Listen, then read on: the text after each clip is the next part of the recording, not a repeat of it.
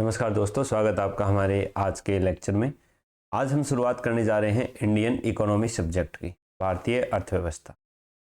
हालांकि ये सब्जेक्ट है वो सारे स्टूडेंट के जनरली टच में नहीं रहता है, क्योंकि बहुत कम स्टूडेंट ऐसे होते हैं जो 10th के बाद या ग्रेजुएशन लेवल पे इकोनॉमिक सब्जेक्ट है वो रखते हैं।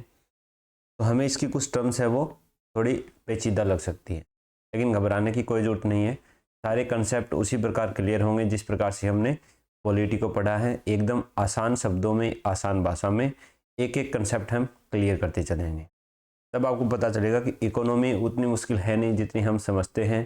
कुछ स्टूडेंट इसको सबसे लास्ट में रखते हैं। इसका मेंस का जो पेपर 1 है अपना, उसके अंदर जो यूनिट 2 है उसमें 65 नंबर का पोर्शन है वो इकोनॉमी से आता है। इंडियन इकोनॉमी, राजस्थान इकोनॉमी और वर्ल्ड इकोनॉमी, वैश्विक अर्थव्यवस्था से हम शुरुआत करने जा रहे हैं भारतीय अर्थव्यवस्था की। इसी में हम कुछ वैश्विक संगठन वगैरह हैं उनको देखेंगे। सबसे पहले हम शुरुआत करेंगे मूलभूत अवधारणाओं से, बेसिक कंसेप्ट से, ताकि हमारा जो स्टेप बाय स्टेप है वो टॉपिक क्लियर होते रहें। और जो आगे आने वाले टॉपिक हैं, जैसे राष्ट्रीय आय की गणना कैसे करते हैं, बजट है वो कैसे पारित होता है, उनमें जो टर्म्स यूज होंगी वो हम पहले से ही क्लैरिफाई करते हुए चलेंगे। तो हम सबसे पहले आज देखेंगे मूलभूत अवधारणाएं।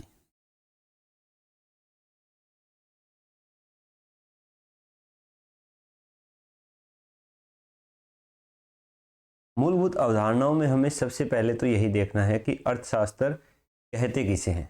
अर्थशास्त्र क्या है इकोनॉमिक्स। अर्थशास्त्र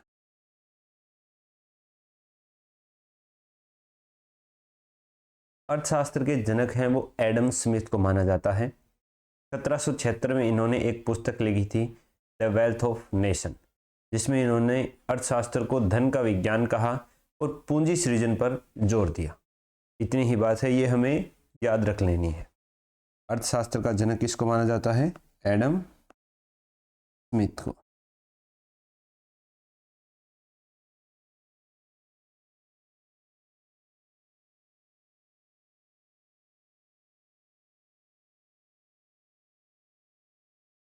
कब लिखी इन्होंने पुस्तक? 1776 ईस्वी में, द वेल्थ ऑफ नेशन।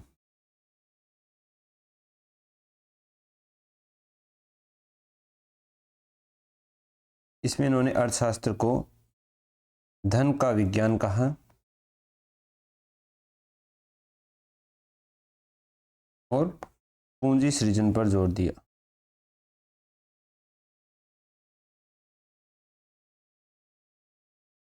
तो एडम स्मिथ के अनुसार अर्थशास्त्र वह विषय है जहां पर वस्तु और सेवाओं के उत्पादन, उपभोग और वितरण से संबंधित क्रियाओं का अध्ययन इस प्रकार किया जाता है जिससे पूंजी सृजन हो। ये इसकी हम परिभाषा है वो लिख सकते हैं, आप लिख सकते हो, मैं बता देता हूँ। एडम स्मिथ के अनुसार अर्थशास्त्र वह विषय है जहाँ पर वस्तु और सेवा के उत्पादन, उपभोग और वितरण से संबंधित प्रक्रियाओं का अध्ययन किया जाता है जिससे पूंजी सृजन हो। आप नोट्स भी बना सकते हो मेरे साथ साथ। ये हो गई एडम स्मिथ के अनुसार अर्थशास्त्र की परिभाषा। अब इस परिभाषा में हमने दो शब्द यूज किए हैं, वस्तु और सेवा का उत्पादन, उपभोग और वितरण। तो हमें सबसे पहले ये जानना होगा कि अर्थशास्त्र में वस्तु और सेवा का क्या मतलब होता है। सबसे पहले हम देखते हैं वस्तु यानी गुड्स, ये क्या होती है, और सेवा यानी सर्विस, ये क्या चीज होती है। तो सामान्य अर्थों में हम ये देखते हैं कि कोई भी भौतिक चीज है जिसको हम देख सकते हैं, छू सकते हैं, महसूस कर सकते हैं, उसको हम वस्तु कहते हैं सामान्य अर्थों में। लेकिन अर्थशास्त्र में उस चीज को वस्तु नहीं कहते। वस्तु वही होगी जो हमें दिखाई देगी, भौतिक रूप से हम उसको छू सकेंगे, लेकिन उसका बाजार मूल्य होना चाहिए, कोई उसका मार्केट प्राइस होगा, उसी को हम वस्तु बोलेंगे। जैसे हम सड़क के किनारे जाते हैं तो हमें ऐसे ही कुछ कागज के टुकड़े मिल जाते हैं, कोई लकड़ी मिल जाती है। सामान्य अर्थों में वो वस्तु है, लेकिन उसका कोई बाजार मूल्य नहीं होने के कारण उसको हम वस्तु में नहीं जोड़ेंगे। इसी प्रकार सेवा है, सेवा क्या है, अदृश्य होती है, दिखाई नहीं देती है, कोई ऐसी चीज़ नहीं है जिसे हम छू सकें, जैसे बीमा हो गया, बैंकिंग हो गया, लेकिन इसका बाजार मूल्य होता है। इंश्योरेंस करते हैं उसका हमें मूल्य चुकाना पड़ता है, बैंकिंग हो गया उसका मूल्य चुकाना पड़ता है, या कोई जैसे ऑनलाइन टीचिंग करवा रहे हैं, ये भी एक प्रकार की सेवा है। तो ये हो गई सेवा। तो वस्तु दृश्य होती है, साथ में उसका बाजार मूल्य अवश्य होता है, ठीक है, उसको बोलेंगे वस्तु। सेवा अदृश्य होती है किंतु उसका बाजार मूल्य अवश्य होता है। अब जैसे कोई टीचर है वो कोचिंग में पढ़ाता है, तो वो क्या कर रहा है, वहाँ पर अपनी सेवा दे रहा है, बदले में उसको सैलरी मिल रही है, उसका बाजार मूल्य है।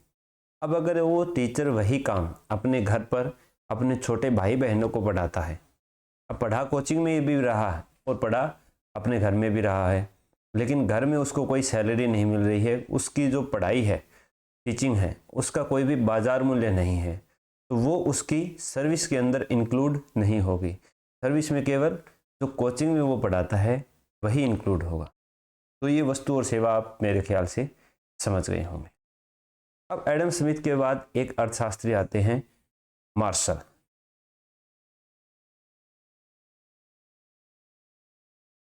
अर्थशास्त्री मार्शल हैं। इन्होंने अर्थशास्त्र को लोक कल्याण के रूप में परिभाषित किया। जनरल शीट्स ने डेफिनेशन दी कि अर्थशास्त्र वह विषय है जहां पर चीजों का अध्ययन इस प्रकार से किया जाए जिससे लोक कल्याण को बढ़ावा मिले। इसके बाद आते हैं रॉबिन्स। रॉबिन्स ने अर्थशास्त्र को सीमित साधनों के रूप में परिभाषित किया।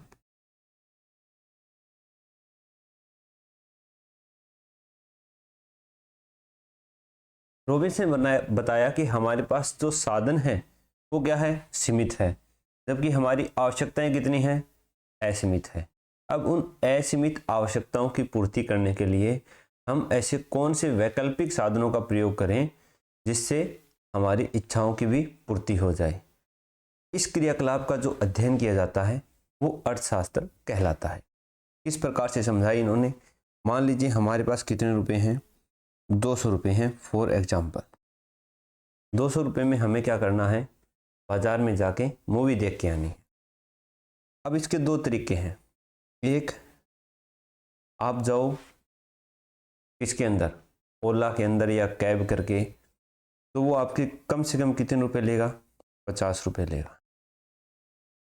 फिर आप सिनेमा में जाके क्या करोगे, टिकट खरीदोगे। टिकट में अगर वैसी होती है सिल्वर, गोल्ड, प्लेटिनम, तो मान लीजिए आप गोल्ड सीट लेना चाहते हो, तो वहाँ पर 200 रुपये गोल्ड सीट के हैं।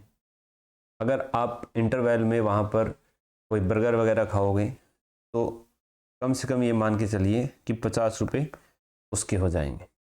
तो इसके लिए आपके पास 300 रुपये होने आवश्यक है, लेकिन हमारे पास साधन क्या है, सीमित है, सिर्फ 200 ही रुपये हैं। तो हम क्या करें, तो हम वैकल्पिक साधनों की ओर क्या करेंगे, प्रयास करें। वैकल्पिक साधन क्या हो सकते हैं कि हम ई रिक्शा में जाएं, जो हमसे कितने रुपए लेगा, 20 रुपये ही लेगा। हम गोल्ड प्लेटिनम सीट ना लेकर के सिल्वर सीट लें, जो कितने रुपए की होगी, 100 रुपये की होगी। हम बर्गर है वो इंटरवल में ना खा करके जब बाहर आएंगे उस समय जो बाहर ठेला लगा होता है उस पर बर्गर खा लेंगे, वहाँ पर कितने का मिल जाएगा, 30 रुपये का हमें बर्गर मिल जाएगा। ये टोटल कितने हो गए, 150 रुपये, और 50 रुपये की हमारी क्या हो गई, बचत भी हो गई। तो इस प्रकार से हमने जो यहाँ पर ये वैकल्पिक साधनों का प्रयोग करते हुए हमारे व्यवहार में जो चेंज किया है उसी को रॉबिन्स ने अर्थशास्त्र कहा है। तो रॉबिन्स के अनुसार अर्थशास्त्र की परिभाषा क्या हो गई कि अर्थशास्त्र वह विषय है जहाँ यह अध्ययन किया जाता है कि किस प्रकार से सीमित साधनों के द्वारा असीमित आवश्यकताओं की पूर्ति करने के लिए विभिन्न वैकल्पिक साधनों से संबंधित मानव व्यवहार का अध्ययन किया जाता है। आप इसको लिख सकते हो नोट्स में। तो ये रॉबिन्स की परिभाषा हो गई। अब हम देखते हैं लेटेस्ट परिभाषा जो दी है पॉल सैमुएल्सन ने दी है पोल सैमुअल्सन ने। इन्होंने अर्थशास्त्र की परिभाषा है वो वर्तमान और भविष्य की आवश्यकताओं के आधार पर दी है। इसके आधार पर वर्तमान और भविष्य की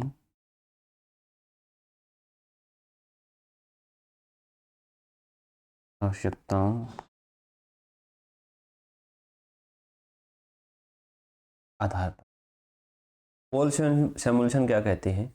पॉल सैमुअल्सन कहते हैं कि अर्थशास्त्र वह विषय है जहाँ पर व्यक्ति और समाज वस्तु और सेवा का उत्पादन, उपभोग और वितरण इस प्रकार से करते हैं कि वर्तमान की आवश्यकताओं की पूर्ति भी हो जाए और भविष्य के लिए भी उनको सुरक्षित रखा जा सके। सीधी सी सिंपल सी परिभाषा हो गई कि अर्थशास्त्र वह विषय है जहाँ पर व्यक्ति और समाज वस्तु और सेवा के उत्पादन, उपभोग और वितरण को इस प्रकार से करते हैं जिससे वर्तमान की आवश्यकताओं की पूर्ति होती है और भविष्य के लिए भी वो सुरक्षित रह जाते हैं।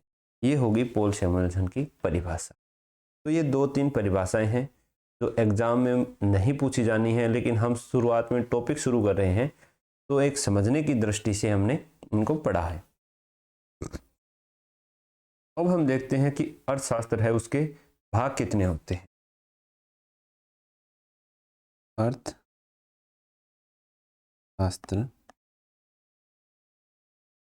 अर्थशास्त्र के 2 भाग होते हैं, एक व्यष्टि अर्थशास्त्र और एक समष्टि अर्थशास्त्र।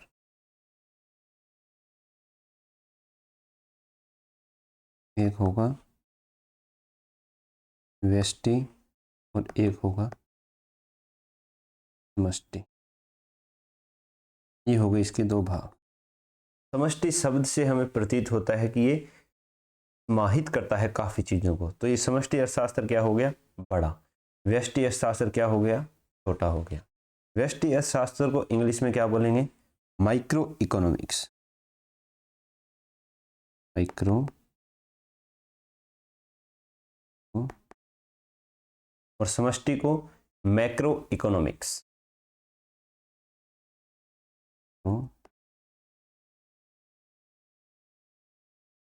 व्यष्टि छोटा है तो इसको हम क्या बोलते हैं? लघु अर्थशास्त्र। लघु अर्थशास्त्र। और समष्टि को वृहत अर्थशास्त्र। अर्थशास्त्र। ठीक है, ये हो गए अर्थशास्त्र के 2 भाग। अब हम देखते हैं कि व्यष्टि क्या है, समष्टि क्या है।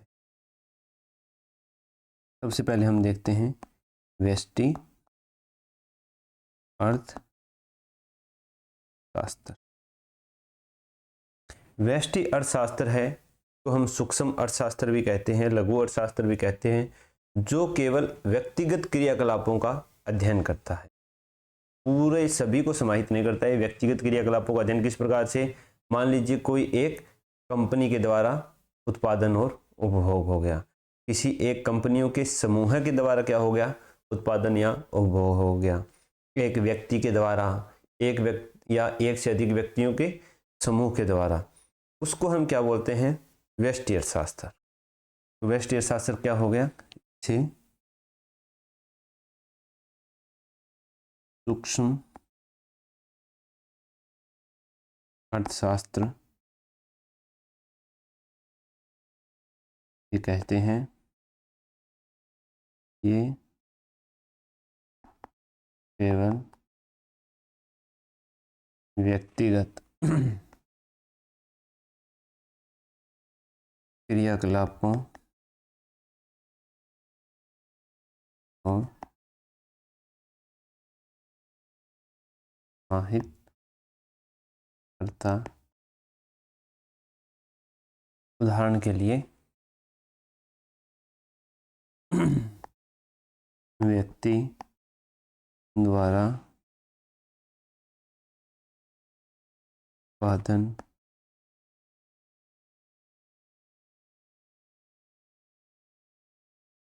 एक व्यक्ति समूह द्वारा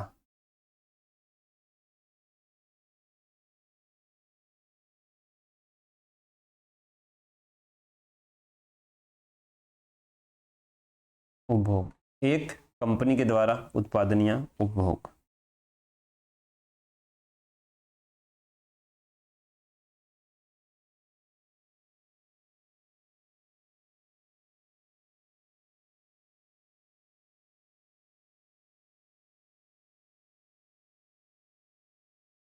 एक कंपनी समूह द्वारा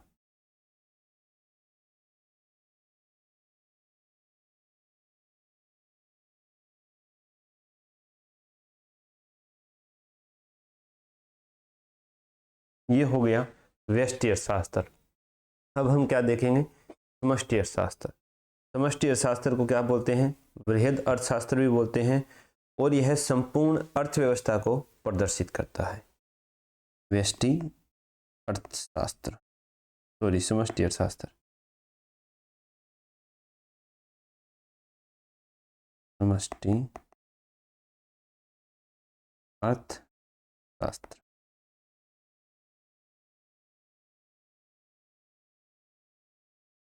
बृहद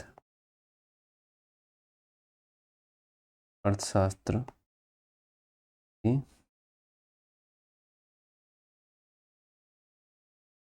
यह संपूर्ण अर्थव्यवस्था को प्रदर्शित करता है। जैसे राष्ट्रीय आय हो गई,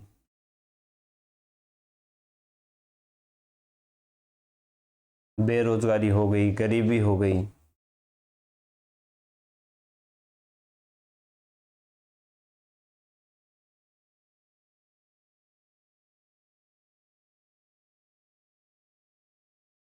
ये सारी चीजें समष्टि अर्थशास्त्र में हम देखते हैं। तो व्यष्टि और समष्टि अर्थशास्त्र में अंतर आप समझ गए होंगे। तो समष्टि अर्थशास्त्र का जनक किसको माना जाता है, जोन्स किन्स को। ये एक नाम याद रखना है आपको, जोन्स किन्स, इनको समष्टि अर्थशास्त्र का जनक माना जाता है। तो अब सामान्य शब्दों में हम अर्थशास्त्र की परिभाषा देखें तो अर्थशास्त्र वह विषय है जहां मानव की आर्थिक क्रियाओं का अध्ययन किया जाता है।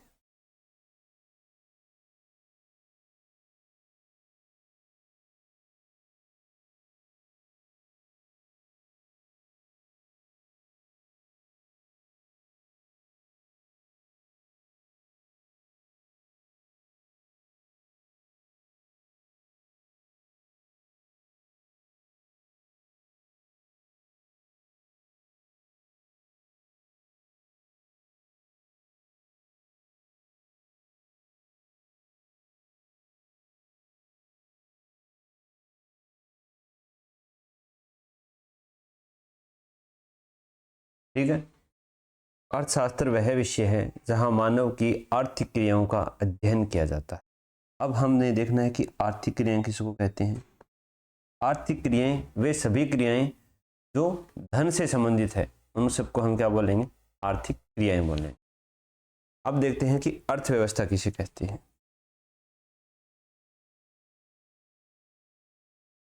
अर्थ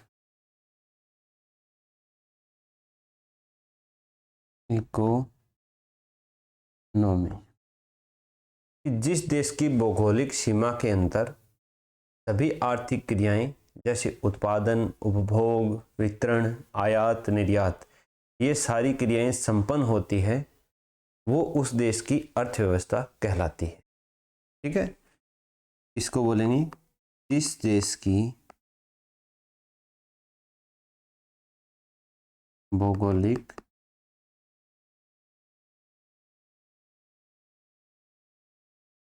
सीमा के अंदर सारी आर्थिक क्रियाएं जैसे कौन सी उत्पादन हो गया, भोग हो गया, वितरण हो गया, आयात हो गया, निर्यात हो गया, आदि संपन्न होती है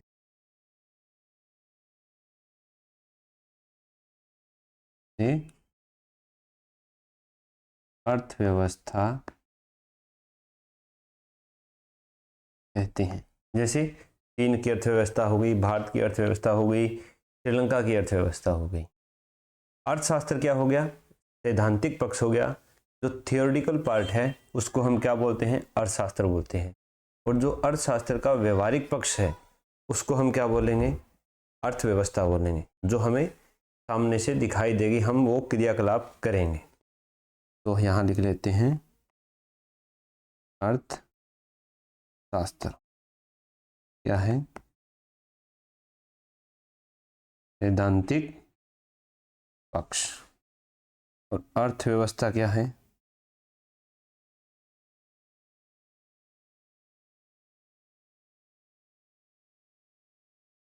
व्यवहारिक।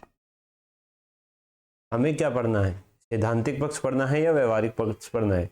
हमें पढ़ना है इकोनॉमी, यानी व्यवहारिक पक्ष। तो हमारा टॉपिक रहेगा अर्थव्यवस्था, व्यवहारिक पक्ष हो गया। ठीक है, अब हम शुरू करते हैं अर्थव्यवस्था के क्षेत्रक।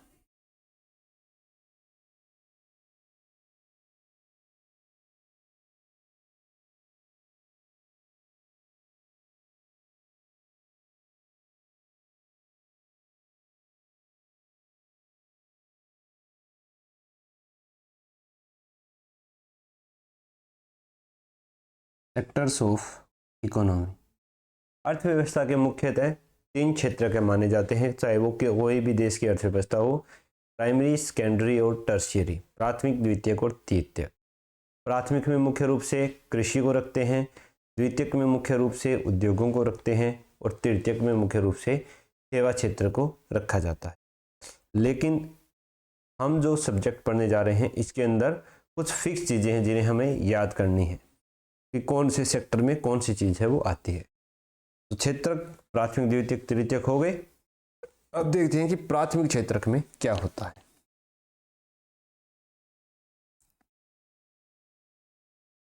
प्राथमिक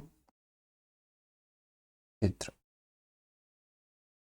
प्राथमिक क्षेत्रक वो क्षेत्रक होता है जहां पर हमें चीजें हैं वो प्रकृति से सीधे सीधे प्राप्त हो जाती है। जो का तो हमें प्रकृति से चीजें प्राप्त होती है उसी को हम प्राथमिक क्षेत्र के अंतर्गत शामिल करते हैं। जैसे क्या हो गया? कृषि हो गया, दूसरा पशुपालन हो गया, तीसरा मत्स्य पालन हो गया, चौथा वानिकी हो गई, पांचवा खनन और छठा उत्खनन। ये हमें याद रखना है। प्राथमिक क्षेत्र में ये 6 चीजें आती है: कृषि, पशुपालन, मत्स्य पालन, वानिकी, खनन, उत्खनन। कई बार प्रश्न पूछा गया है। तो प्राथमिक क्षेत्र क्या हो गया? इसमें उन आर्थिक क्रियाओं को शामिल करते हैं जो इसमें उन सभी आर्थिक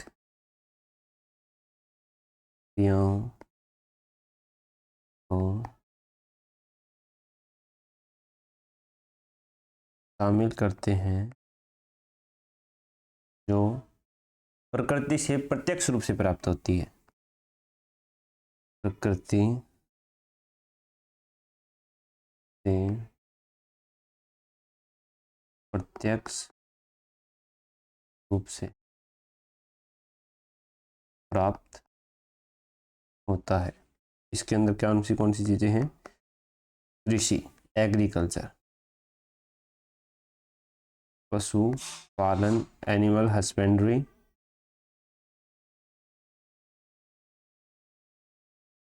मत्स्य पालन, फिशिंग, वानिकी, फॉरेस्ट्री, खनन, माइनिंग और उत्खनन, क्वेरिंग बोलते हैं। अब खनन और उत्खनन में अंतर हो सकता है आप सभी को पता भी हो, फिर भी मैं एक बार बता देता हूँ कि खनन और उत्खनन में क्या अंतर है। माइनिंग जो होती है वो ऊर्ध्वाधर होती है, हमेशा ऊपर से नीचे की ओर ऐसे होगी। ठीक है, उसको हम क्या बोलेंगे? माइनिंग बोलेंगे, खनन बोलेंगे।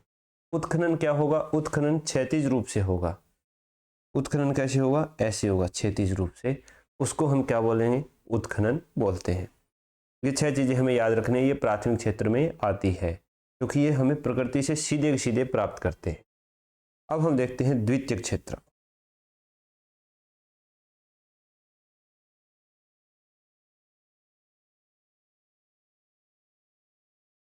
द्वितीयक क्षेत्र में क्या होता है कि इसमें जो प्राथमिक क्षेत्र के उत्पाद हैं उनको कच्चे माल के रूप में प्रयोग किया जाता है और बाद में प्रोसेस करके उनसे कोई दूसरी चीज बनाई जाती है। यही हमारा द्वितीयक क्षेत्र है। प्राथमिक और द्वितीयक क्षेत्र है वो एक दूसरे क्या हो गए, अंतर संबंधित हो गए। द्वितीयक क्षेत्र जो चीज बनाता है वो प्राथमिक क्षेत्र में भी यूज की जाती है। ठीक है। द्वितीयक क्षेत्र में 4 चीजें आती है। पहला निर्माण, दूसरा विनिर्माण, तीसरा विद्युत और चौथी जलापूर्ति। ये किस में आती है? द्वितीयक क्षेत्रक में आती है, याद रखना। तो द्वितीयक क्षेत्र किसे कहते हैं? यह वह क्षेत्र होता है जहां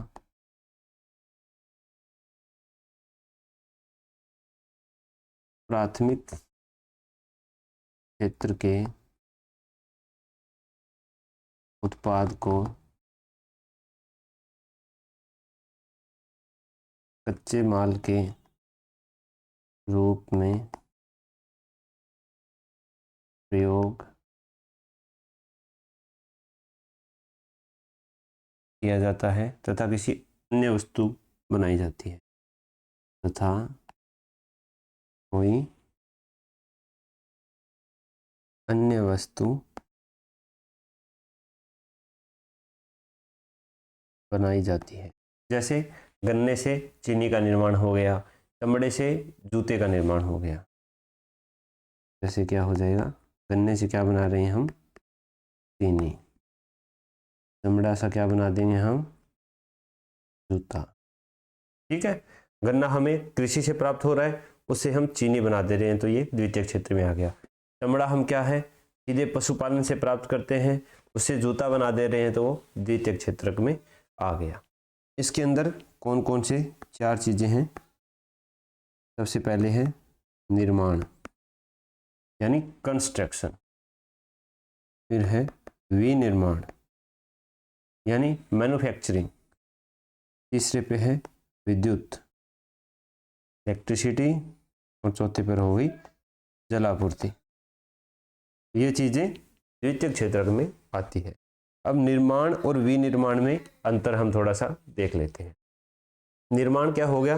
निर्माण हो गया कि किसी अवसंरचना का निर्माण करना, किसी भवन का निर्माण करना, शुरू से किसी चीज को बनाना, वो क्या है? निर्माण है। विनिर्माण क्या होता है? उसमें कोई भी चीज है उसको मशीनों से हम प्रोसेस करते हैं और फिर उसको हम किसी दूसरी चीज में तब्दील करते हैं कि मैन्युफैक्चरिंग करते हैं, वो है विनिर्माण। जैसे कोई भवन बनाना है तो निर्माण में होगा, बिल्डिंग बनानी है, पुल बनाना है लेकिन कोई जूते बनाने हैं, कपड़े बनाना है, वो सारी क्या होगी? मोबाइल बनाने हैं, गैजेट्स बनाने हैं, वो सारी चीजें विनिर्माण में होगी, मैन्युफैक्चरिंग में होगी। तो द्वितीय क्षेत्र में सबसे ज्यादा योगदान है वो विनिर्माण देता है, याद रखना है। प्राथमिक क्षेत्रक है उसमें सबसे ज्यादा योगदान है वो कृषि का है। ठीक है। तो ये हो गए प्राथमिक और द्वितीय क्षेत्र। अब देखते हैं हम तृतीय क्षेत्रक, जिसको हम टर्शरी सेक्टर बोलते हैं। तृतीय क्षेत्र, तो तृतीय क्षेत्र है, इसको हम सेवा क्षेत्र भी बोलते हैं। क्या बोलते हैं इसको? सेवा क्षेत्र बोलते हैं। और ये प्राथमिक और द्वितीय क्षेत्रक दोनों से संबंधित होता है और बहुत सारी चीजें हैं वो इस क्षेत्रक में आती है। जैसे भंडारण हो गया, परिवहन हो गया, बीमा हो गया, होटल एवं रेस्तरां हो गए, रक्षा हो गया, अनुसंधान एवं शोध हो गया,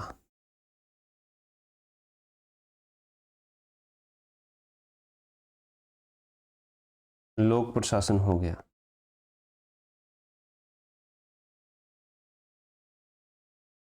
पर्यटन हो गया। मतलब सेवा क्षेत्र में जो जो चीजें आती है, खुदरा व्यापार, सूचना प्रौद्योगिकी, खुदरा व्यापार, सूचना प्रौद्योगिकी आदि। ये सारी चीज़ें जो सर्विस सेक्टर है उसके अंतर्गत आती है। चिकित्सा हो गया, ये सब भी सर्विस सेक्टर में आएगी। इसके अलावा बहुत सी चीज़ें हम इसमें इंक्लूड कर सकते हैं। आपको याद रखनी है प्राथमिक और द्वितीयक वाली, उसमें वो 6 और 4 चीज़ें फिक्स है, बाकी सारी चीज़ें तृतीयक क्षेत्र की है। कई बार सम्मिलित करने वाले प्रश्न है वो आ जाते हैं। अब इसके अलावा भी तृतीयक क्षेत्र को ही 2 आगे भागों में बांटा जाता है, चतुर्थ और पंचम क्षेत्र। कौन कौन से? चतुर्थ और पंचम। चतुर्थ में क्या होता है, इसमें अत्यधिक कुशलता वाले जो लोग हैं, कुशलता वाले कार्य हैं, जैसे अनुसंधान एवं शोध हो गया, इनको रखा जाता है। यहाँ पर अत्यधिक कुशलता की आवश्यकता होती है, जैसे अनुसंधान एवं शोध। और जो पंचम क्षेत्र है, 5वां क्षेत्र है, उसमें अत्यधिक कुशलता के साथ साथ निर्णय लेने की क्षमता भी इंक्लूड की जाती है। इसमें लोक प्रशासन, जिस चीज़ की हम तैयारी कर रहे हैं, उसको इंक्लूड किया जाता है। इसमें कुशलता के साथ साथ निर्णय लेने की जो क्षमता, लोक प्रशासन इसके अंतर्गत आता है। तो ये हो गए मोटा मोटी कि नॉर्मल रूप से अर्थव्यवस्था को कितने क्षेत्रकों में बांटा जाता है। ठीक है, तो ये 3 क्षेत्र हैं मुख्य रूप से। अब देख लेते हैं इन तीनों क्षेत्रों का जीडीपी में कितना योगदान है और इनके ऊपर रोजगार निर्भरता कितनी है। चलिए हम एक वर्त बना लेंगे। ये हो गया एक वृत्त, ये वृत्त,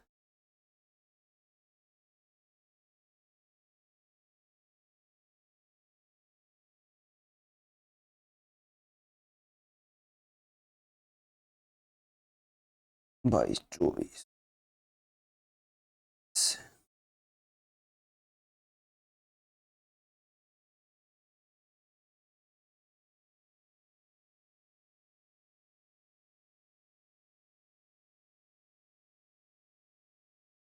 22%, 24%, 54%। 22% है, ये प्राइमरी सेक्टर है, जो प्राथमिक क्षेत्र है उसका 22% योगदान है। जो सेकेंडरी है, द्वितीयक क्षेत्रक है, उसका जीडीपी में 24% योगदान है। और जो टर्सरी है, तृतीयक क्षेत्रक है, सेवा क्षेत्र है, उसका 54% जीडीपी में योगदान है। जीडीपी में योगदान।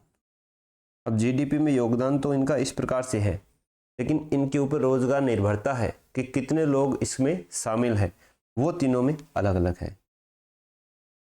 अभी हम देख लेते हैं।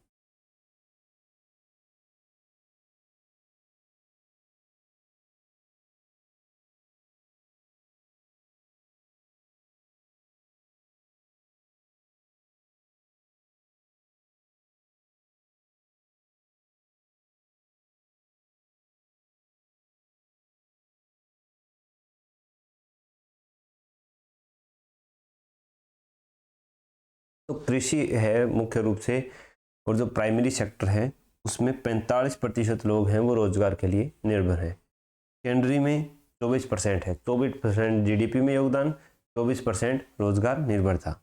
जबकि तृतीय क्षेत्र है, सेवा क्षेत्र, उसमें 31% रोजगार निर्भरता है, लेकिन जीडीपी में योगदान उसका 54% है। ये हो गया रोजगार निर्भरता। तो इस चार्ट से हमें क्या समझ में आता है? इससे हमें यह समझ में आता है कि प्राथमिक क्षेत्र है उसका रोजगार निर्भरता तो बहुत ज़्यादा है, लेकिन जीडीपी में योगदान कम है। और जो सेवा क्षेत्र है उसका जीडीपी में योगदान तो ज़्यादा है, लेकिन उसके ऊपर रोजगार निर्भरता है वो कम लोगों की है, कम लोग उसके अंदर इन्वॉल्व हैं, सभी लोग उसमें काम नहीं कर पा रहे हैं, लेकिन जीडीपी में योगदान ज़्यादा है। अगर हम इसको हमारी स्वतंत्रता के बाद से आज तक के एक चार्ट के रूप में समझें तो 1952,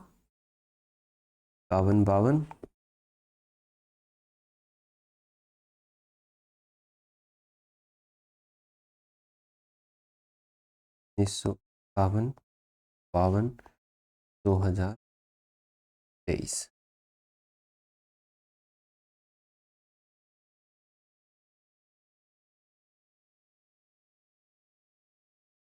में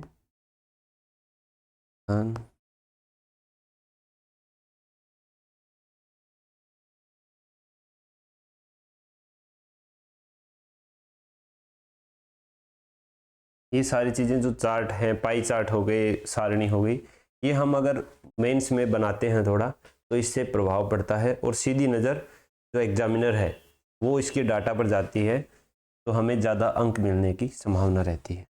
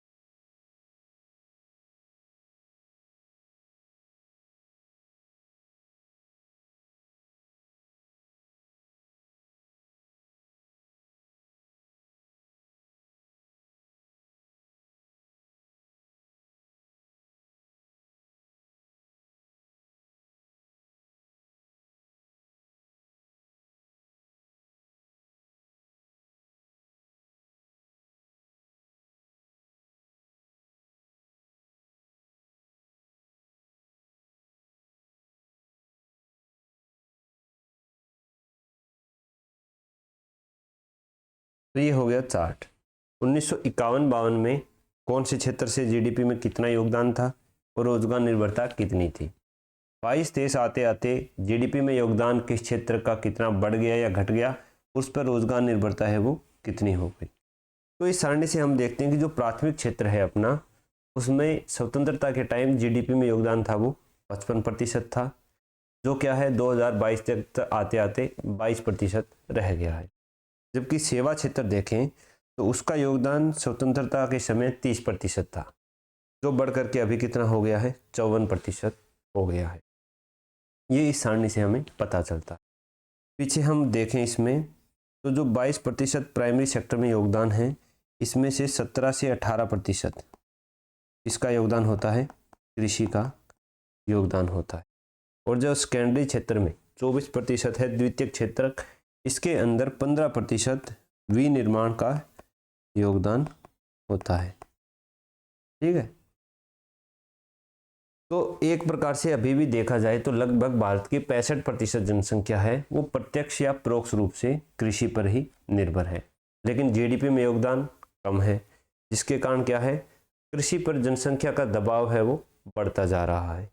अब कृषि पर जनसंख्या का दबाव अधिक होने के क्या परिणाम हो सकते हैं वो हम देखते हैं। कृषि पर जनसंख्या दबाव एक परिणाम, क्योंकि जीडीपी में तो मात्र कितना 17 से 18% योगदान है, 45% तो सीधे सीधे जनता कृषि में इन्वॉल्व है। इसके बाद में परोक्ष रूप से भी कुछ जनता है वो कृषि में ही इन्वॉल्व है। तो उसके कुछ परिणाम हैं, दुष्परिणाम बोल सकते हैं हम उनको। सबसे पहला तो ये है कि कृषि में प्रच्छन्न बेरोजगारी में वृद्धि होती है। कृषि में प्रच्छन्न बेरोजगारी वृद्धि होती है, प्रच्छन्न बेरोजगारी में वृद्धि होती है, कृषि जोत के आकार में कमी होती है, कृषि जोत के आकार में कमी होती है, कृषि उत्पादकता में कमी आती है, कृषि उत्पादकता में कमी आती है, जिससे किसानों की आय है वो भी कम होती है, किसानों की आय में कमी आएगी। ठीक है, ये 4 दुष्परिणाम, अगर कृषि पर जनसंख्या का दबाव बढ़ता रहता है तो हमें देखने को मिलते हैं। अब इसके अंतर 3 हमें कुछ कीवर्ड है। एक है प्रच्छन्न बेरोजगारी, एक है कृषि जोत और दूसरा है कृषि उत्पादकता। ये क्या चीज़ होती है? ये भी प्रच्छन्न बेरोजगारी तो IAS PT में पूछा गया है, और कृषि जोत और कृषि उत्पादकता वाला है क्वेश्चन, ये RS मेंस में 2 नंबर का पूछा जा सकता है। तो हम इनको अब क्लियर करते हैं कि प्रच्छन्न बेरोजगारी क्या है, उत्पादन उत्पादकता क्या होता है। सबसे पहले देखते हैं हम कि कृषि उत्पादन और कृषि उत्पादकता में क्या अंतर है। कृषि उत्पादन उत्पादकता। उत्पादन क्या होगा? उत्पादन होता है कि कृषि जोतों में होने वाले उत्पादन का कुल योग क्या होगा? कृषि उत्पादन होगा।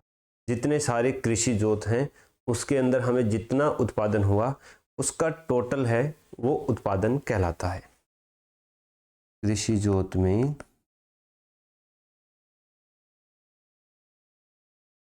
होने वाला कुल उत्पादन। तो उत्पादकता क्या होती है? प्रोडक्टिविटी। उत्पादन प्रोडक्शन, उत्पादकता प्रोडक्टिविटी।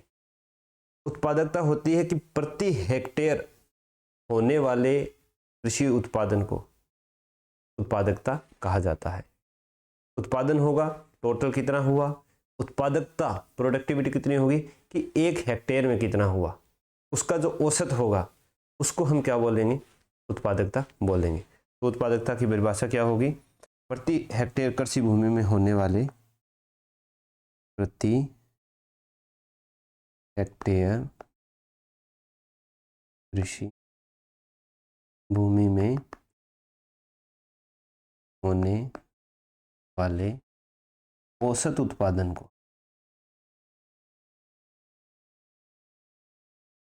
क्या बोलेंगे? उत्पादकता कहते हैं। ये हो गया उत्पादन और उत्पादकता। दूसरी क्या चीज थी? प्रच्छन्न बेरोजगारी क्या होती है? प्रच्छन्न बेरोजगारी को आगे देखते हैं।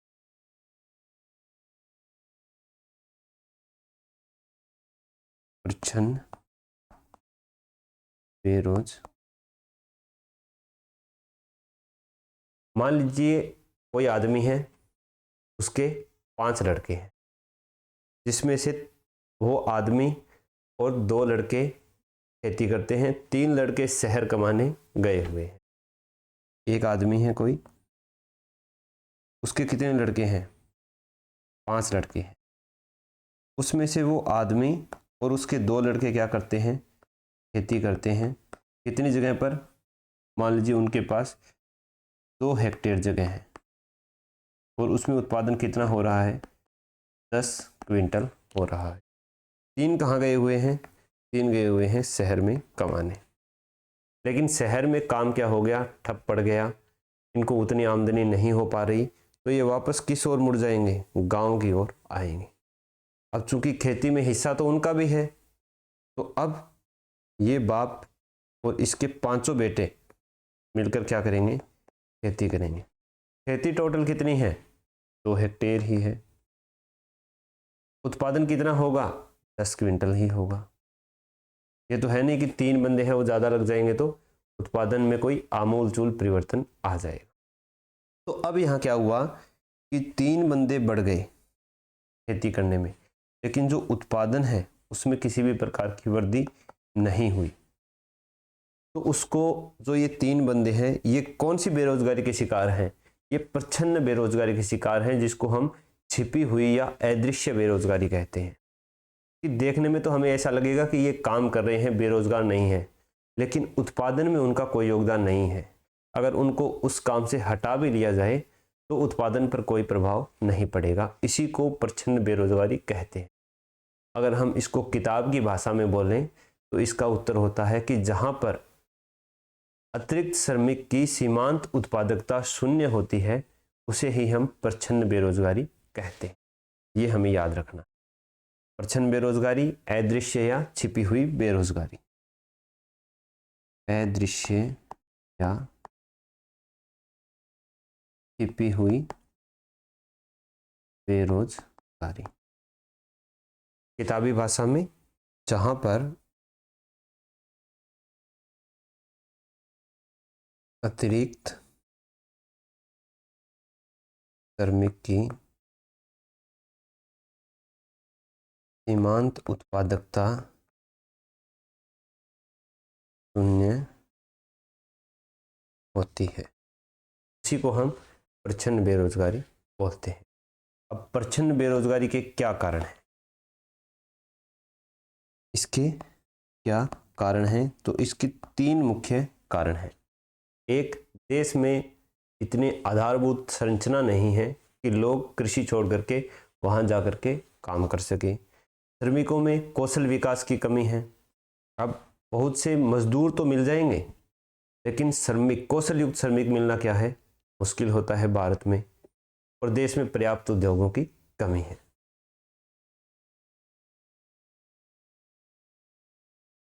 सबसे पहला है, देश में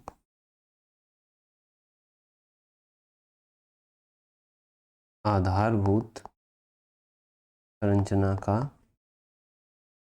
अभाव, कौशल विकास की कमी और उद्योगों की कमी, ये है प्रच्छन्न बेरोजगारी के कारण। अब कृषि में प्रच्छन्न बेरोजगारी के क्या कारण हैं वो थोड़ा देख लेते हैं। ऐसा नहीं है कि कृषि में ही है, ये हर जगह है। कोई भी उद्योग है वहाँ पर भी हमें जितने श्रमिक होने चाहिए उससे ज़्यादा श्रमिक देखने को मिलते हैं। कोई बिल्डिंग बन रही है, कोई कॉन्ट्रैक्चुअल, जितने भी आप सरकारी कॉन्ट्रैक्ट देखते हैं उसमें भी ज़्यादातर यही होता है कि जितने श्रमिक होने चाहिए उससे ज़्यादा ही श्रमिक लगे होते हैं। अब कृषि में प्रच्छन्न बेरोजगारी होने के क्या कारण है वो देखते हैं। सबसे पहला कारण है कि जनसंख्या का दबाव अधिक होना। जनसंख्या बढ़ रही है, बाहर रोजगार मिल नहीं रहे हैं, तो सारे क्या करें, अल्टीमेटली फिर खेती ही करने लग जाते हैं। तो जनसंख्या दबाव का बढ़ना। दूसरा क्या है, प्रति किसान कृषि जोतों का आकार कम होना। प्रति किसान की जोतों का आकार कम होना। अब किसी के पास 1 हेक्टेयर है, 2 हेक्टेयर है, तो वो वहाँ पर 2-3 बंदे लिमिटेड हैं तो भी काम चल सकता है, उतना ही उत्पादन होता है। लेकिन अगर किसी के पास मान लो 30 हेक्टेयर हो तो वहाँ पर 3 से काम नहीं चलेगा, वहाँ पर 5 बंदों की ज़रूरत है। वो होगी तो वहाँ पर क्या होगी, फिर 5 की उत्पादकता काम में आएगी, वहाँ पर सीमांत उत्पादकता शून्य नहीं होगी, वो प्रच्छन्न बेरोजगारी वहाँ पर नहीं होगी। तीसरा क्या है, कृषकों और कृषि श्रमिकों में कौशल विकास की कमी। वो क्या है, वैज्ञानिक पद्धति नहीं अपनाते हैं। कृषकों में कौशल विकास की कमी, ठीक है। और चौथा है कि ग्रामीण क्षेत्रों में उद्योगों का अभाव होना। इसके कारण ग्रामीण सारी जो जनसंख्या है वो कृषि में ही लगी रहती है। ग्रामीण क्षेत्रों में उद्योगों का अभाव, ये हो गए कृषि में प्रच्छन्न बेरोजगारी के मुख्य कारण। अब अपना तीसरा कीवर्ड रह गया, प्रच्छन्न बेरोजगारी देख लिया, उत्पादन उत्पादकता देख लिया। तीसरा हमारा कीवर्ड था कृषि जोत। बार बार हम कह रहे हैं कि कृषि जोत का आकार कम है, कम है, कम है, तो वो हम अब देखते हैं। लेकिन उससे पहले हम देखते हैं कि भारत में किसान कितने प्रकार के हैं। किसान भी सारे बराबर नहीं, ये नहीं है कि हम किसी को किसान बोल रहे हैं तो वो सारे एक लेवल पर हैं, एक लेवल पर नहीं है। सबसे पहले हम देखते हैं भारत में किसानों के, तो सबसे मोटा मोटी देखें तो हमें 3 चीज़ें देखने को मिलती है। एक, किसान, दूसरा काश्तकार तीसरा खुद कास्ट। ये 3 हमें वर्गीकरण देखना मिलता है। किसान के अंदर वो किसान शामिल है जिनके पास भूमि है अपनी खुद की, लेकिन वो दूसरों से काम करवाते हैं, अपनी भूमि है वो पट्टे पर देते हैं और फिर बदले उनसे लगान लेते हैं। काश्तकार कौन से हैं? जिनके पास खुद की भूमि नहीं है, स्वयं की भूमि नहीं है, वो दूसरों से भूमि पट्टे पर लेते हैं, उन पर खेती करते हैं और फिर उसका जो हिस्सा है एक उत्पादन का या लगान स्वरूप उस मालिक को चुकाते हैं। खुद काश्त क्या है? खुद काश्त वे छोटे किसान हैं जो अपनी खेती खुद ही करते हैं, वो खुद काश्त है। इसके अंदर जो अभी प्रधानमंत्री किसान सम्मान निधि योजना चल रही है, उसका लाभ है वो काश्तकारों को नहीं मिलता है, क्योंकि उनके नाम जमीन नहीं है, काम वो कर रहे हैं, उत्पादन वो कर रहे हैं, लेकिन सम्मान निधि है वो किसानों के खातों में ही जाएगी, काश्तकारों के खातों में नहीं जाएगी। तो ये मोटा मोटी वर्गीकरण है किसान ओब्लिक काश्तकार ओब्लिक काश्त। किसान जिनके पास स्वयं की कृषि भूमि, स्वयं की कृषि। काश्तकार गांव में रहने वालों को तो काश्तकार पता ही होंगे कि इनके पास स्वयं की कृषि भूमि नहीं है, पट्टे पर लेकर कृषि करते हैं और बदले में लगान चुकाते हैं। स्वयं की कृषि भूमि नहीं, पट्टे पर कृषि करते हैं और क्या चुकाते हैं? लगान चुकाते हैं। खुद काश्त वे किसान जो स्वयं की कृषि भूमि में खेती करते हैं, स्वयं की कृषि भूमि खेती करते हैं, वो खुद काश्त हो गए। ये है मोटी परिभाषा। लेकिन हमें क्या है, एनालिसिस विश्लेषण के आधार पर फिर से किसानों को 4 भागों में बांटा गया। कौन कौन से भाग हैं वो? सबसे पहले है सीमांत किसान।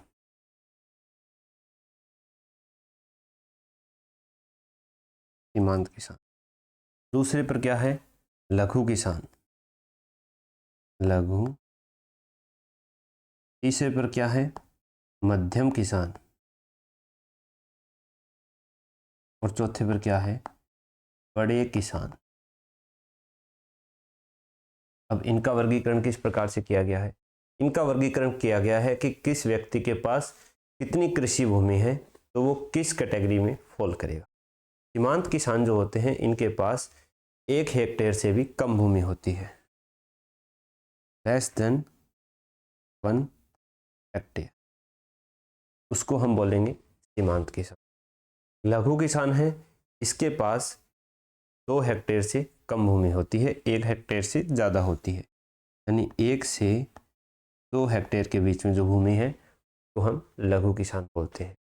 मध्यम किसान जिसके पास 2 से 10 हेक्टेयर के बीच में कृषि भूमि, 2 से 10 हेक्टेयर।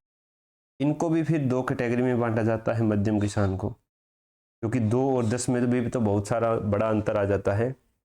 तो मध्यम किसान में है अर्ध मध्यम और बड़े मध्यम।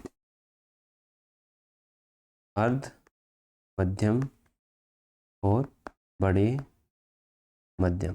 अर्ध मध्यम में आते हैं 2 से 4 हेक्टेयर वाले और बड़े मध्यम में आते हैं 4 से 10 हेक्टेयर।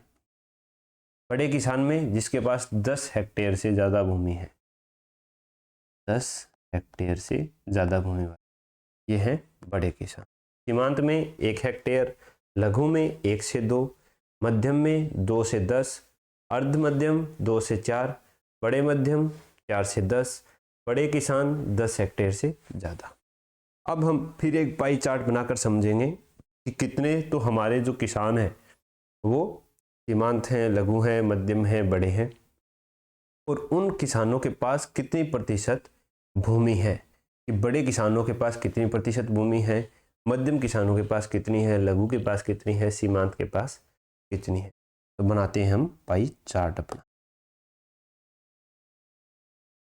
एक हो गया, ये वाइट हो जाए भाई।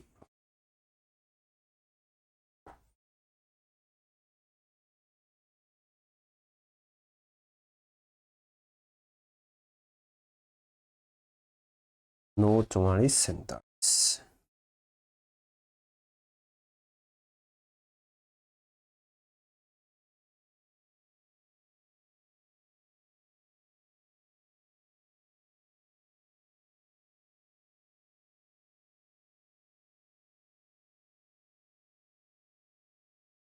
चौवालीस 40 86।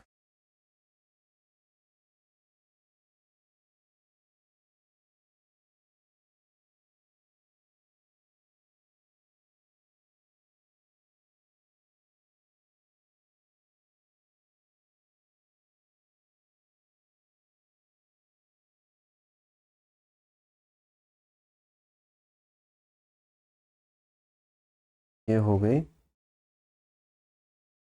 कृषि, ये हो गई। तो ये जो पहला पाई चार्ट है ये है कि कौन से किसानों के पास कितनी प्रतिशत कृषि भूमि है, और दूसरा ये जो पाई चार्ट है ये है कि कितने प्रतिशत किसान हैं। तो ऊपर से कृषि भूमि देखें तो 44% जो कृषि भूमि है ये सीमांत एवं लघु किसानों के पास है। ये किसके पास है? सीमांत एवं लघु। 47% मध्यम किसान और 9% है बड़े किसान। ठीक है, अब यहाँ तक कोई दिक्कत नहीं है। दिक्कत है अगले पाई चार्ट। 86% किसान कौन से हैं? सीमांत एवं लघु, सीमांत एवं लघु। 13.4 कौन से हैं? मध्यम। और 0.6 कौन से हैं? बड़े किसान। अब यहाँ पर हमें पता चलता है कि सीमांत और लघु किसान 86% है, लेकिन उनके पास भूमि कितनी है? मात्र 44%। मध्यम किसान 13.4% है, भूमि कितनी लेकर के बैठे हैं? 45%। बड़े किसान 0.6% है, लेकिन भूमि का एक बड़ा भाग 9% उनके पास है। तो इस प्रकार से हम देखते हैं कि बहुत सी संख्या में किसान ऐसे हैं जिनके पास बहुत कम भूमि है, और बहुत कम किसान ऐसे हैं जिनके पास बहुत ज़्यादा भूमि है। ये भी एक तरह से जो आय का सेकेंद्रण वाला हिसाब किताब होता है वही यहाँ पर हमें कृषि भूमि में भी देखने को मिलता है। अब हम देखते हैं कृषि जोत। कृषि जोत क्या होती है? कृषि जोत हो गई, एक तरह से हम मान सकते हैं कि कृषि की जो पेरीफेरी है, एक कृषि का भाग है, कृषि का जमीन का टुकड़ा है, उसी को हम कृषि जोत बोलते हैं। उसके लिए कुछ चुनौतियां हैं। स्वतंत्रता से लेकर के अभी तक हमारे जो कृषि जोत है उसका आकार क्या है? घटता जा रहा है। भारत में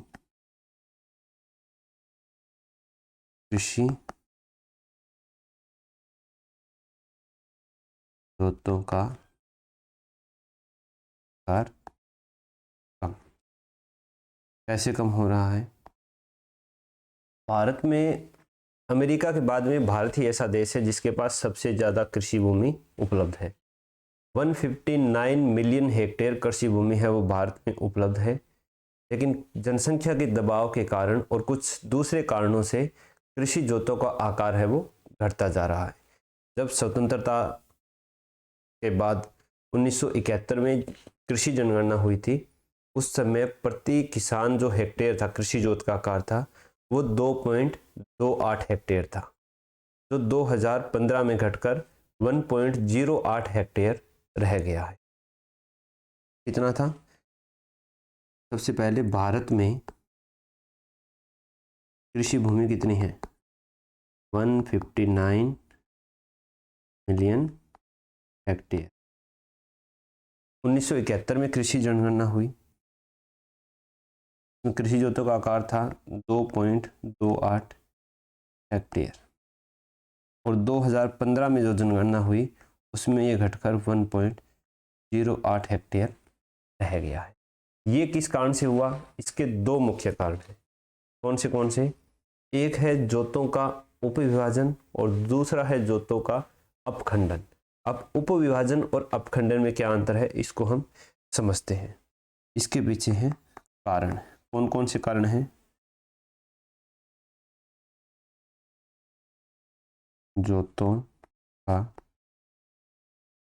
उप विभाजन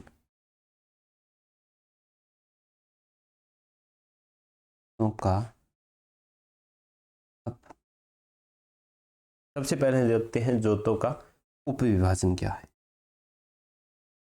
जोतों का उप विभाजन, उप विभाजन से हमें समझ में आ रहा है कि विभाजन हो रहा है। उप विभाजन यानी छोटे छोटे टुकड़ों में बंट रही है। कैसे बंटती है? जैसे कोई व्यक्ति है, उसके पास अगर 4 हेक्टेयर भूमि है, उसके 2 पुत्र हुए तो वो फिर 2-2 हेक्टेयर में बंट जाएगी। उनके फिर 2-2 पुत्र हुए तो फिर 1-1 हेक्टेयर में बंट जाएगी। उन सभी के फिर अगर 2-2 पुत्र हुए तो वो आधे-आधे हेक्टेयर में बंट जाएगी। इस प्रकार से ये क्या हो रहा है? उसका उप विभाजन होता चला जा रहा। ये कोई व्यक्ति है, मान लीजिए एक्स नहीं करेंगे, एक्स में तो खत्म। ए के पास कितनी भूमि है? 4 हेक्टेयर। इसके हुए 2 पुत्र, बी और सी। इनके पास कितनी कितनी भूमि रह जाएगी फिर? 2 हेक्टेयर 2 हेक्टेयर। इनके भी 2-2 पुत्र हुए, डी, ई, एफ और जी। इनके पास कितनी कितनी रह जाएगी? इनके पास 1-1 हेक्टेयर रह जाएगी। इसी प्रकार आगे पीढ़ियां चलती रहेगी और ये कृषि जोत का आकार है वो कम होता चला जाएगा। ये होता है जोतों का विभाजन। जब कृषि जोत, बड़े कृषि जोत है वो छोटे कृषि जोतों में परिवर्तित होते रहते हैं। बड़े कृषि जोत छोटे कृषि जोतों में परिवर्तित, जैसे ये मान के चलते हैं हम, ये एक पूरी बड़ी कृषि जोत थी जो 4 हेक्टेयर, 2 पुत्र हुए, यहाँ क्या हो जाएगी? बाढ़ खींच जाएगी, सीमा आ जाएगी। ये किस में हो जाएगी फिर? 2 हेक्टेयर में 2 हेक्टेयर में। अब इनके भी 2-2 पुत्र हुए तो ये ऐसे बंट जाएगी। फिर यहाँ बीच में बाढ़ आएगी, ये हो जाएगी फिर 1-1 हेक्टेयर। इसी प्रकार इनके भी 2-2 पुत्र हुए तो फिर ये ऐसे बढ़ जाएगी, आधा हेक्टेयर इनका हो जाएगा। इस प्रकार से ये बढ़ती चली जाएगी और बड़ी कृषि जोत है वो छोटे छोटी कृषि जोतों में विभाजित होती चली गई। ये हो गया जोतों का उपविभाजन। अब है जोतों का अपखंडन। अपखंडन क्या होता है? जोतों का अपखंडन। अपखंडन में होता है कि जो कृषि जोत है किसी किसान की, वो एक जगह पर न होकर के सारी अलग अलग जगह होती है, बिखरी हुई होती है। कृषि जोत एक स्थान पर बिखरे होते। ये आज के समय में सबसे बड़ी समस्या है। अगर कोई गांव से बिलोंग करता है तो उसको पता होगा कि जो उनके पापा के नाम, दादा के नाम ज़मीन है, किसी के मान लो 8 किले आ रहे हैं तो 8 किलों में से 2 किधर हैं, 4 किधर है, 1 किधर है। हर जगह वो क्या है, ज़मीन बंटी हुई है, जिससे उसके रख रखाव में भी ज़्यादा खर्च आता है और उत्पादकता पर भी फर्क पड़ता है। क्योंकि 2 किले इधर बांट दिए तो उसके 2 किले चाचा को मिलेंगे, उनके बीच में क्या आएगी? मेड़ आएगी। मेड़ क्या है? जगह घेरेगी, जिससे वहाँ पर उत्पादन है वो उतनी दूरी का कम हो। तो अपखंडन, जैसे इसके पास हो गई 4 हेक्टेयर भूमि है किसी के पास, तो 4 हेक्टेयर क्या है? 1 हेक्टेयर यहाँ है, 1 हेक्टेयर यहाँ है, 1 हेक्टेयर यहाँ हो गई और 1 हेक्टेयर यहाँ हो गई। हमारे साइड कुछ लोगों ने जो बीकानेर की साइड, जैसलमेर की साइड मरबे लेकर के छोड़ रखे हैं, वो भी जोतों का अपखंडन ही कहलाता है। अब उपविभाजन और अपखंडन, ये अपखंडन क्यों होता है? एक तो वही है कि पहले जो इसकी जमीन 2 जगह पर आ गई, उसके 2 बेटे हैं, तो वो ये नहीं है कि एक बेटा है एक जगह वाली ले लेगा, दूसरा है दूसरी जगह वाली, नहीं, दोनों जगह आधी आधी दी जाती है और बढ़ती चली जाती है। दूसरा कि मान लीजिए कोई किसान है, उसके हो गया कर्जा हो गया, अब उसे क्या करना पड़ेगा, कर्जा चुकाने के लिए अपना एक भूमि का टुकड़ा है वो बेचना पड़ेगा। अब वो ये टुकड़ा क्या करेगा, सेल करेगा। किसको करेगा, किसी तीसरे बंदे को। तो तीसरे बंदे का ये भूमि का टुकड़ा यहाँ पर आ गया। अब इसके बेटों में भी कभी बंटवारा होगा तो वो यहाँ पर भी बंटवारा होगा। इसकी ज़मीन कहाँ है, इसकी ज़मीन यहाँ है, दूर है थोड़ी, तो इससे भी अपखंडन होता है। तो उपविभाजन और अपखंडन के कारण देख लेते हैं। उपविभाजन और अपखंडन।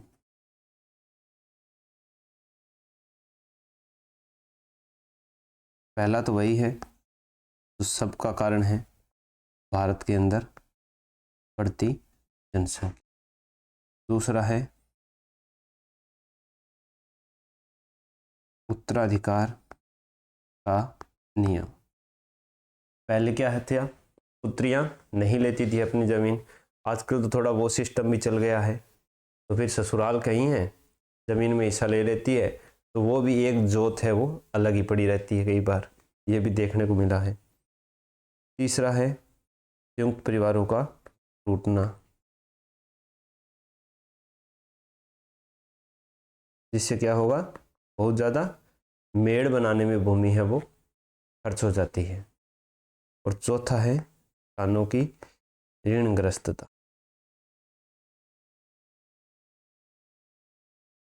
ये है उपविभाजन और अपखंडन के मुख्य कारण। अब इसका परिणाम क्या हो, इनके परिणाम क्या होंगे, दुष्परिणाम ही होंगे, अच्छे परिणाम तो इनके होने हैं नहीं। इससे क्या होगा, जो कृषि जोत का आकार है वो का हो जाएगा, कम हो गया। कृषि जोत का आकार कम होगा तो प्रच्छन्न बेरोजगारी बढ़ेगी। सब चीज़ें एक दूसरे से इंटरलिंक होगी इकोनॉमी में, बस आप लिंक करते रहिए, समस्याओं का समाधान अपने आप होता चला जाएगा, देखते रहिए।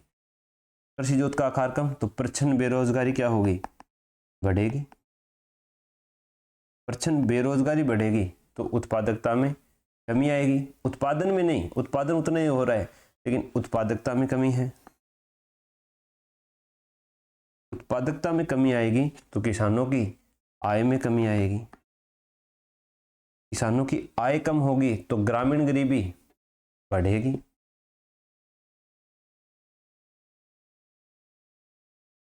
ग्रामीण गरीबी क्या होगी, बढ़ेगी। ग्रामीण, अब मैं जैसे ये बोलता हूं ना तो आप भी साथ साथ मेरे दोहराते रहिए, चेक करते रहिए। ग्रामीण गरीबी बढ़ेगी तो असमानता क्या होगी, असमानता भी बढ़ेगी।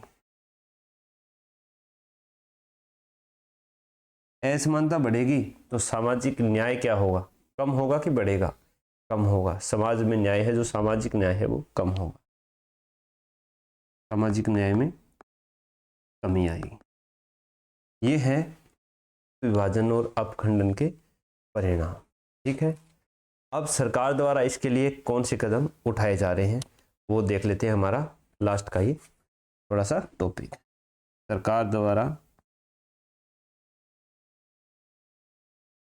उठाए गए कदम। सबसे पहले भूमि सुधारों को लागू किया गया, जैसे चकबंदी हो गई, हदबंदी हो गई। भूमि सुधारों को लागू करना, चकबंदी, हदबंदी, ये है दोनों हम आगे डिटेल में पढ़ेंगे। दूसरा है सहकारी कृषि। कई किसान है वो मिल करके कोई एक ही फसल उगाए, उसे हम सहकारी कृषि करते हैं, वो भी पढ़ेंगे। तीसरा है संविदा कृषि, कॉन्ट्रैक्ट फार्मिंग, संविदा कृषि। और चौथा है एफपीओ, फार्मर प्रोड्यूस ऑर्गेनाइजेशन, कृषि उत्पादक संघ की स्थापना।